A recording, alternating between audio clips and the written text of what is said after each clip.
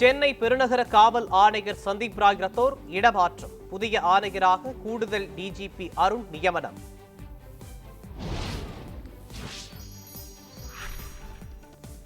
சட்டம் ஒழுங்கு ஏடிஜிபியாக டேவிட்சன் தேவ ஆசிர்வாதம் நியமனம்.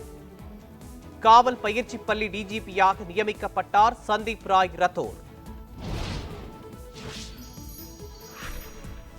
பகுஜன் சமாஜ் கட்சியின் மாநில தலைவர் ஆம்ஸ்ட்ராங் படுகொலை எதிரொலி. சட்டம் ஒழுங்கு தொடர்பாக தலைமை செயலாளர் இன்று மாலை ஆலோசனை. 2 ஆண்டுகளாகியும் இதுவரை ஒருவரை கூட கைது செய்யாதது ஏன்? வேங்கை வயல் விவகாரத்தில் காவல்துறைக்கு உயர்நீதிமன்றம் கேள்வி.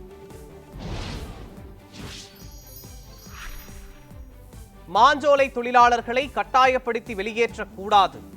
புதிய தமிழகம் கட்சி சார்பில் தொடரப்பட்ட வழக்கில் உயர்நீதிமன்ற மதுரை கிளை உத்தரவு.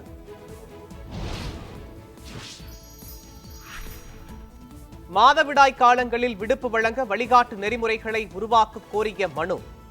அரசின் கொள்கை முடிவு சார்ந்த விவகாரம் என்பதால் தலையிட விரும்பவில்லை என உச்சநீதிமன்றம் கருத்து. திருவள்ளூரில் 100 நாள் வேலை பணிகள் வழங்கப்படாததால் பெண்கள் ஆத்திரம். 500க்கும் மேற்பட்ட பெண்கள் சாலையில் அமர்ந்து மறியல்.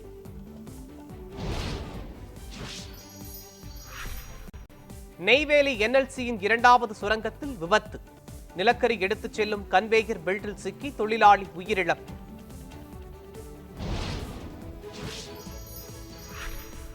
திருநெல்வேலி மாவட்டம் கூனியூரில் மூதாட்டி மீது அதிவேகமாக மோதிய கார்.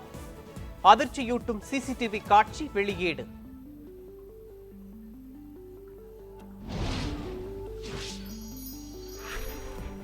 கோயில் நன்கொடை நிதி எவ்வாறு செலவிடப்படுகிறது? இந்து சமய அறநிலையத்துறைக்கு உச்சநீதிமன்றம் கேள்வி.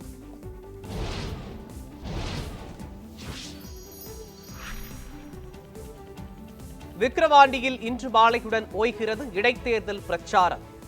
இறுதிக்கட்ட வாக்கு சேகரிப்பில் உதயநிதி, அன்புமணி, சீமான் உள்ளிட்ட தலைவர்கள் தீவிரம்.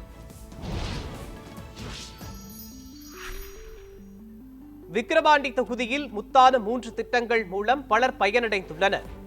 பட்டியலை வெளியிட்டு முதலமைச்சர் ஸ்டாலின் பெருமிதம்.